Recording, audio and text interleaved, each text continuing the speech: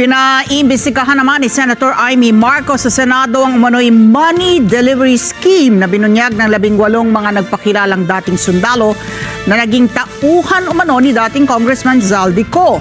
Para naman kay Senate Blue Ribbon Committee Chairman Panfilo Ping Lacson, kailangan munang suriin yung kredibilidad ng source at ng mga impormasyon.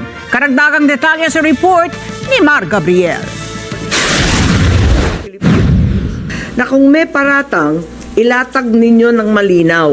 Kung may ebidensya, ilabas ninyo ng buong tapang. Kumbaga sa maleta, mananatiling sikreto ang laman niyan kung hindi ilalatag sa lamesa at bubuksan. Dito natin buksan sa Senado at suriin ang maleta. Naghain ng resolusyon si Senator Amy Marcos para imbestigahan ng Senado ang umano'y money delivery scheme na ibinunyag ng 18 mga nagpakilalang dating sundalo na naging tauhan ni dating Congressman Zaldico. Sa affidavit ng mga sundalo, idinawit nila ang ilang mga senador at mga congressman na umano'y hinahatiran nila ng mali-maletang pera galing kay Zaldico.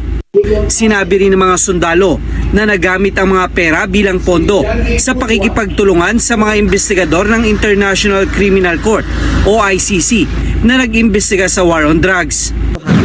Hindi maaring trial by publicity ang mangyari. Hindi maaring ang institusyon ng Senado at pati na rin ang Kongreso at ang dangal ng bawat halal ng bayan, Senado man o Kongresista, ay mayurakan ng walang kalaban-laban.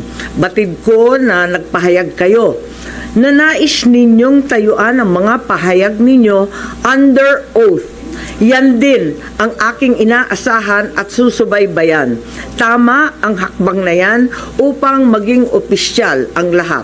Pinoprotektahan ko ang Senado hindi dahil sa mga personalidad, hindi dahil kaibigan ko sila, kundi dahil ito ang tinig at tanggulan ng ating bansa. Kaya kung ang mismong tanggulan ang inaakusahan, marapat din na dito magharap-harapan na. Ipinakita rin ni Senator Amy ang isang link analysis na nakabase daw sa affidavit ng mga sundalo. Kasama sa mga sinasabing napadalhan ng mali-maletang pera ang 6 na senador at 23 mga congressmen.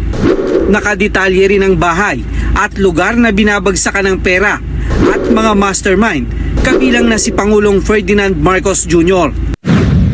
Talagang binibigyan ng pansin nito at dinidiin yung mga mastermind. Sapagkat alam naman natin lahat na hanggang ngayon, ang tinutumbok pa lamang yung mga small fry ika nga, yung mga dilis, yung mga maliliit at maliliit na kasangkot. Malaki man ang halaga, hindi sila yung mga tunay na mastermind. Tumbukin na ang mga mastermind.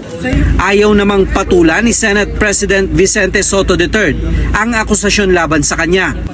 Base sa salaysay ng mga sundalo, nag-deliver daw sila kay Soto ng 5 large maleta sa opisina nito sa Baclaran.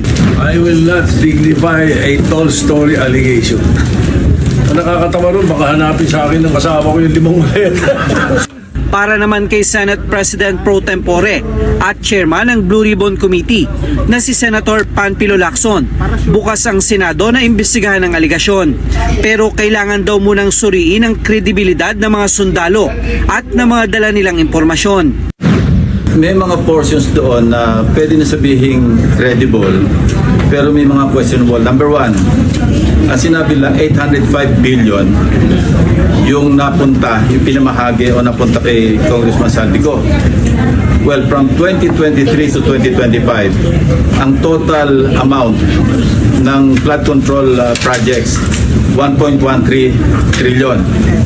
So kung ang napunta kay Congressman Zaldico allegedly 805, that's at least 70% of the total appropriations for the same period sa flood control projects.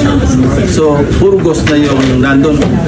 Saan manggagaling yung napunta kay Bernardo? Saan ang napunta kay Alcantara? So sobra yung computation? Sobra computation. That's my first observation. May napansin din daw ang senador sa timing ng paglabas ng issue. Sa akin kung ako yung mukhang merong political color, not just political color, mukhang merong destabilization na aspect. Pispiras ngayon ng kahapon, pispiras ng EDSA 40th EDSA 1, yung people power. Bakit tinaming kahapon yung, tsaka bakit sila sa Club Pilipino? Symbolic. Kasi yan din ang pinanggalingan nung EDSA 1 natin, di ba? Sumulat na raw si Senator Lacson sa liderato ng AFP para alamin ang status ng 18 nagpakilalang dating miyembro ng Philippine Marine Corps na nasa ilalim ng Philippine Navy. May lumalabas daw kasing impormasyon na hindi naging sundalo ang iba sa kanila, habang dishonorably discharged naman daw ang iba pa. Mar Gabriel, para sa Mata ng Agila. Matatag, matapang, matapat.